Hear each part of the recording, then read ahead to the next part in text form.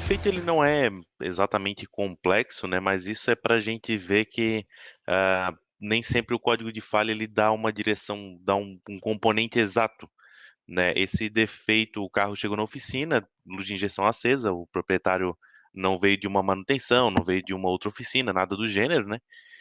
E ele, quando o reparador passou o aparelho scanner, ele viu que o código de falha era o P0441, né, que é fluxo de purga incorreta no sistema de controle das emissões de vapor de combustível. Olha só, né, que nome complexo ali. Fluxo Ah, de purga incorreto no sistema de controle. Traduzindo, o que significa isso, Henrique? Traduzindo é que, quando a central ela atua o canister, né, ela atua o canister e ela fecha um pouquinho o corpo de borboleta.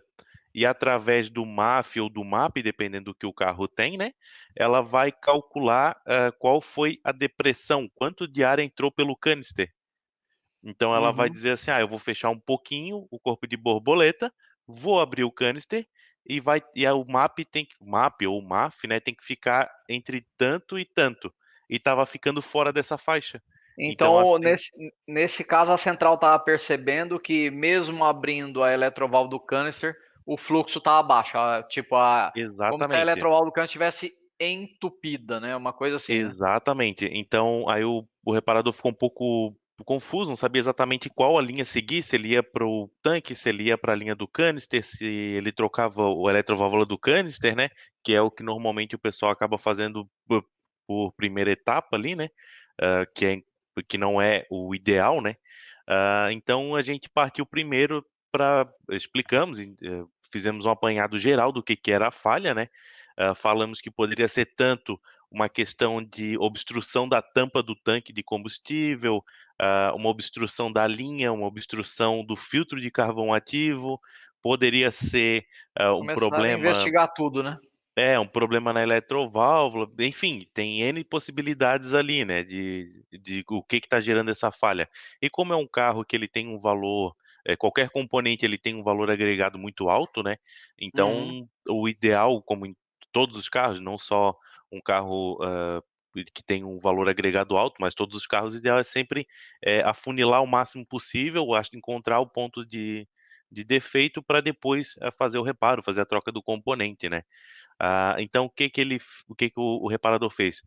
Verificou se, por exemplo, quando ele tirava a tampa do tanque de combustível, se o veículo continuava gerando essa falha, o veículo continuava, então a gente já eliminou um componente, né. Então, o tanque não tinha nenhum problema de depressão, né, que é comum em tanques que tem problema na válvula que fica ali na tampa do tanque, ele fica succionado, né, como se estivesse com depressão, né, então ele acabou não tinha nenhum sintoma desse. Foi trocado o filtro de carvão ativo, o reparador mencionou que estava visualmente estava muito ruim o aspecto ali interior, então ele trocou o filtro de carvão ativo, limpou a linha, né, que vai do tanque até o filtro, pra ter certeza que não tinha nenhum problema ali, hã, e medindo a Foi resistência da investigando toda a linha do isso, canister. começou do tanque de combustível para o coletor de admissão, né, foi eliminando, parte a parte para ter certeza que era, que do que não era, né. Então ele eliminou a tampa do tanque, eliminou o filtro de carvão ativo, eliminou a linha, né, e continuou prosseguindo naquela, linha ali da sucção dos vapores do tanque de combustível, né. Uhum. Então, quando ele chegou ali, a gente parou na eletroválvula, era o que faltava, o carro ele funcionava ele, apagava os códigos de falha, funcionava, ele demorava um tempo a gerar a falha novamente, né, a gravar ali, mas sempre voltava. Medindo a resistência da eletroválvula, estava perfeita, dentro do que o fabricante estipulava, não tinha nada demais ali, né, então a gente partiu pra aplicação, né, o que faria sentido nesse caso seria ou uma aplicação, ou um problema mecânico na eletroválvula, né, que era o último componente que faltava ali. Não Uhum. tinha a gente verificou a alimentação de central, né, para o caso de ter algum detalhe, de ela estar vendo um sinal errado quando atuava, né, às vezes uma pequena variação, uma pequena deficiência de alimentação, algo assim. Não tinha nada, não encontramos nada, então a gente Uhum. partiu pra aplicação. Foi pedido que o cliente verificasse o número, passasse para a gente o número, e batendo o número, tá perfeita a aplicação com o chassi, o catálogo de peça do carro, não era a válvula para o veículo, né, inclusive ela tem uma aplicação em conjunta com uma mangueira, né, por exemplo, sempre que eu utilizar essa eletroválvula, tem que utilizar uma determinada mangueira diferente, estava perfeita as duas, né, sem nenhum problema. Então, a única coisa que sobrou ali nessa eliminando, né, Foi a eletroválvula etapas, mesmo.